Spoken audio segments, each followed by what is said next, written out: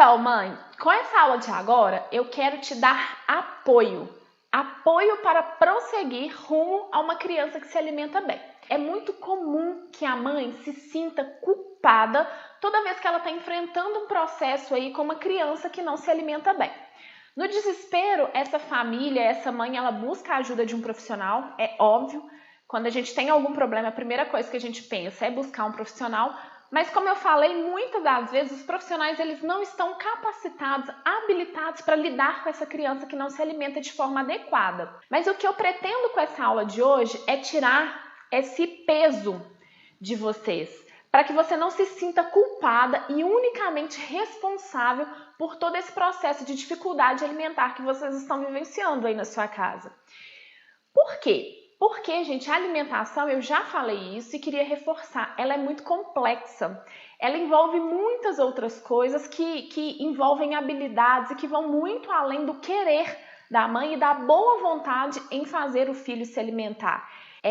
Só que eu queria que vocês entendessem o porquê da alimentação ser complexa. E para isso eu vou colocar aí na tela algumas curiosidades que vão fazer com que você entenda que realmente não depende simplesmente de força de vontade. Comer é a terceira prioridade do corpo, ficando apenas atrás de respirar e do controle cerebral. Comer é mais difícil que andar ou falar. Engolir exige o uso de muitos músculos, só para ter uma ideia, de mais ou menos 24 e até de 6 nervos cranianos. Comer é a única tarefa que o nosso corpo realiza e que necessita do uso de quase todos os órgãos e de todos os sentidos. A audição, o tato, o paladar, visão, o olfato lançam mensagens para o cérebro que estimulam respostas como, por exemplo, o apetite, o prazer, o nojo, o enjoo, entre outros. Olha só, comer não depende só do nosso paladar. Ele depende do nosso tato, da nossa audição, depende do olfato, da visão, e a gente vai entender um pouquinho melhor agora o porquê. Com relação ao paladar, fica muito fácil da gente imaginar. É claro que ele vai ser determinante das nossas escolhas alimentares, daquilo que a gente tem preferência, daquilo que a gente gosta menos, e é muito fácil da gente imaginar o porquê disso, óbvio. O tato, ele é o sentido de percepção do alimento. Por meio do tato, a gente consegue diferenciar o frio do quente, o gelado, o áspero e liso, a gente consegue diferenciar o mole do duro e tudo isso é muito importante na nossa construção também de uma alimentação adequada. Além disso, o tato ele permite que a gente perceba se o alimento está apto ou não para o consumo. Quando a gente come um alimento com uma textura diferente daquilo que a gente espera, a gente pode rejeitar aquele alimento ou entender que ele não está bom para o consumo. Vou trazer aqui uns exemplos só para vocês entenderem quanto isso é forte na nossa alimentação. Por exemplo, eu não gosto muito da fruta mamão. Por quê? Mamão é muito mole e eu tenho um pouco de dificuldade com essa consistência. E todas as vezes que eu vou comer mamão, eu preciso comer um mamão que seja mais firme. Se ele for um mamão muito maduro, eu tenho dificuldade. E isso vale para todas as frutas. Eu gosto muito de banana, mas aquela banana mais rígida, mais firme. E isso, gente, se é forte em mim, imagina numa criança que está experimentando, que está tentando. Então, é muito importante a gente ter essa consciência e tentar desenvolver isso nos nossos filhos. Com relação à visão, não precisa nem da gente explicar com muitos exemplos, mas com certeza todos vocês entendem o quanto ela vai interferir naquilo que a gente come. Muitas das vezes a gente come com o olho, a gente nem está com fome, mas de ver uma coisa que é atrativa aos nossos olhos, a gente sente vontade de comer. Ou o contrário também é válido, né? De estar com vontade de comer algo e ver uma comida com uma aparência que não nos agrada e a gente acabar desistindo de consumir aquele alimento. A visão ela é tão importante para o nosso apetite que o nosso paladar, o fato da gente comer, ele é fortemente influenciado por isso. Tanto que, assim, algumas cores são capazes de estimular o apetite. Por isso que redes de fast food usam muito a cor amarela, laranja, vermelho. São cores fortes, vibrantes e que são capazes de fazer com que a gente fique com mais vontade de comer. E a indústria também usa muito dessas estratégias. Por exemplo, a margarina ela é usada em substituição à manteiga, né?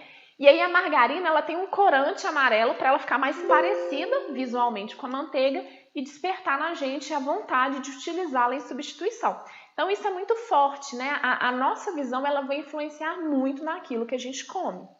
E com relação ao olfato, o cheiro. É claro que o cheiro também vai influenciar muito naquilo que a gente come. Sentir o cheiro de algo pode despertar o interesse em comer, ou o contrário, um cheiro desagradável, um cheiro ruim, também vai desestimular que a gente consuma aquilo. A gente pode até fazer um teste para ver o quanto isso influencia na nossa alimentação. Se você tampar o nariz e comer algo, você vai ver que muitas vezes é difícil de perceber até diferença de sabores. Muitas vezes um sabor muito acentuado, como por exemplo o cítrico, ele pode passar despercebido se a gente estiver com o nariz tampado. Por exemplo, quando a gente está gripado, né, com o nariz entupido, o nosso paladar ele fica prejudicado.